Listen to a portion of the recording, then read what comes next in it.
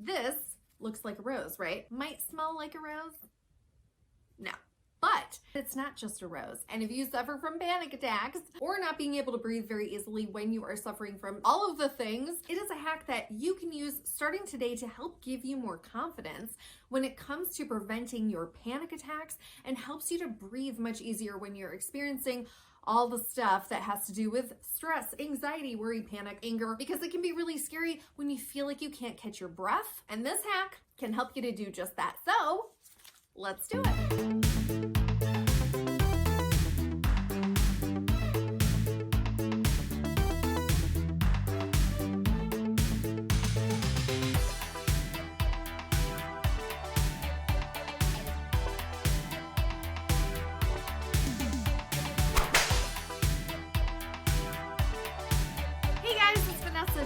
Welcome to the Crowned Survivalist channel, where you too can be a crowned survivalist, because this channel is all about unique tips, tricks, hacks, anything that can help you to survive better and thrive better in your life, to help you to reign over all of the stuff that tries to hold you back. I'm feeling kind of low.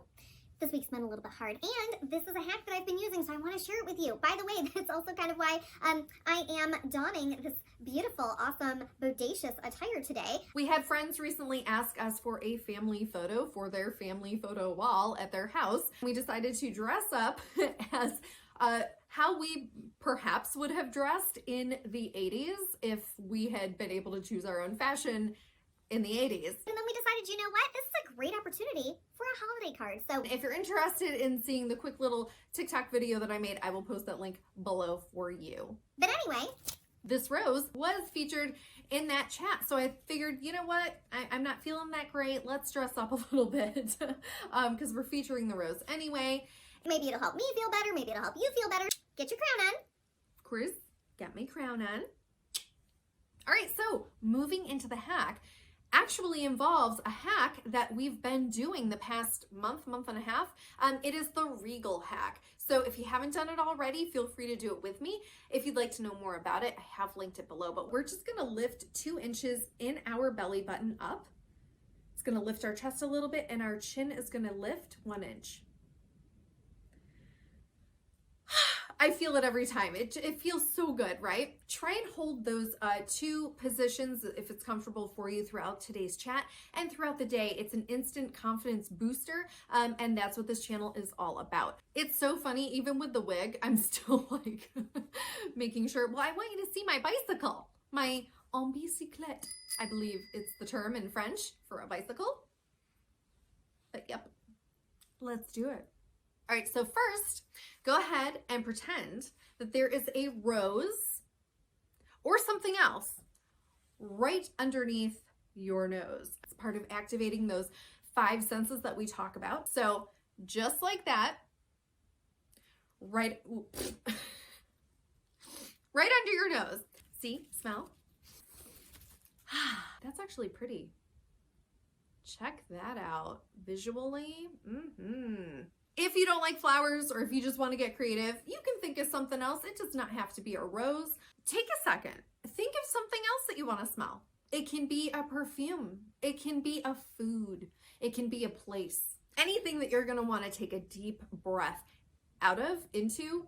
My classical voice coach back in, I think, 8th or 9th grade taught me this hack. She didn't present it as a hack, but it was meant to give me more breath support for when I was singing. So not only can it help you with singing, but it can help you with your stress and anxiety. Thanks, Patty. So the first thing that you're gonna wanna do is to pretend that and visualize that you are smelling that thing, that rose that's right underneath your nose. You're breathing that in. Your sinuses are opening up and awakening. You're filling your head, your sinuses, your body with air. And you're also widening your nose as wide as you can go. And you're gonna look silly and feel silly. And I hope it makes you laugh, because the first time I did this, it was hilarious to me, but it really did work. So with that smell, we're gonna visualize that that's there. We're gonna take our fingers, place them either on our cheeks or hovering right in front of our cheeks on either side of our nose. We're gonna curl our fingertips just a little bit, and we're gonna pull away and up. And as we do that, we are going to be thinking about opening up our sinuses and widening our nose. So we're not actually pulling, we are visualizing doing that. As you know, if you've been on this channel, your brain doesn't recognize the difference between imagination and something that's actually occurring.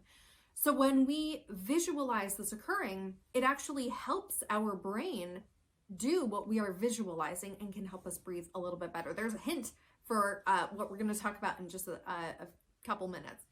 So anyway, as we do that, we're going to be inhaling. And then when we go to exhale, we're going to push the air down. We're going to think about the air that we are breathing in, filling our sinuses, our head, our body, all the way down the very bottom of our belly. Okay, so I know that's a lot. So I'm going to walk you through the first time and then we'll do it again. So this first time, fingers are here, fingertips are curved. We're going to exhale and then inhale. Go ahead.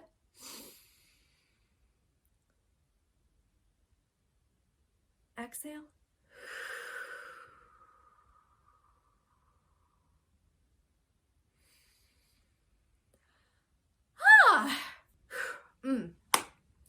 Awesome. So let's try it again.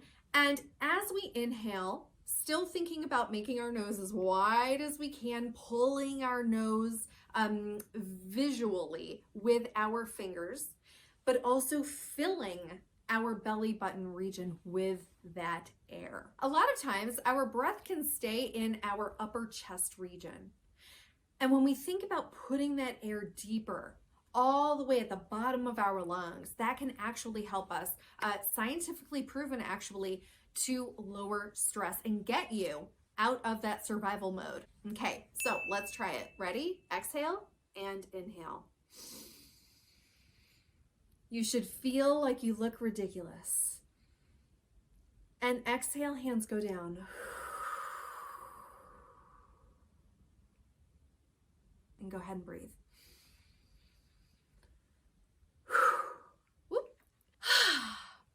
How does that feel? What I experience when this occurs is my whole airway system seems to just awaken. And I just feel so much more light, able to breathe, not as stressed, more calm, and I have more clarity. Now, doing this in public really quickly. All right, so obviously, most of us are not going to want to do in public. The more you practice, especially at home, or you can go into the bathroom to do this. But if that's not something that you want to do, say you are in a social situation and you don't want to leave a conversation, or you're standing in line somewhere. Oh, I just did it. The more you practice this move, the more your body will gain muscle memory. The more you'll remember to visualize without needing to use your fingers, the easier it will become, so that even if you're not using your hands, you're still thinking about widening your nose, opening up those sinuses without it being outwardly visually visible to other people. So I'll show you what that looks like right now. Just visualizing, breathing in that rose.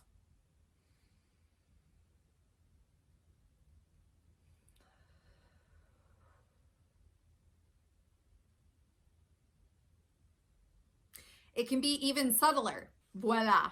So sometimes I wiggle my nose, sometimes I open my mouth a little bit to exhale, but it's all about inhaling that scent, exhaling that scent.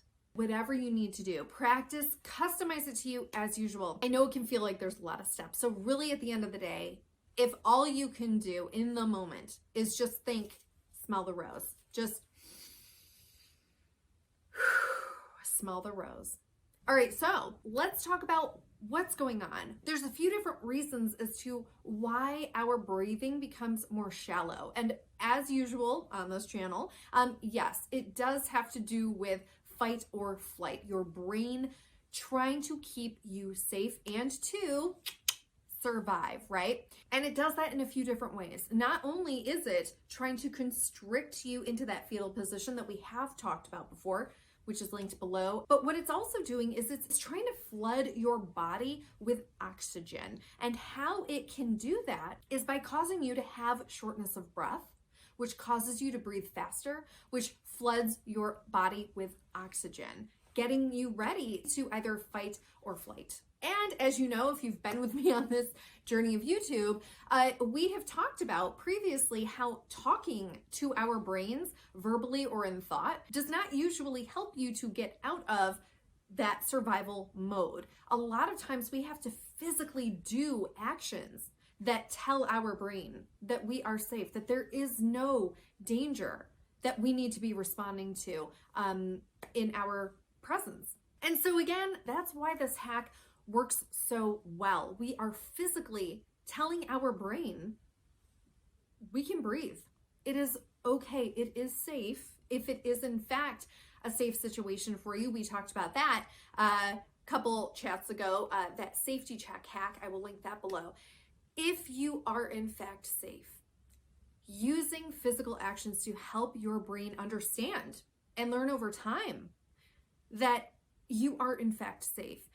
This hack can do that. It actively opens up your breathing airways. It slows down your breathing. It fills those lungs. It slows your rhythm down.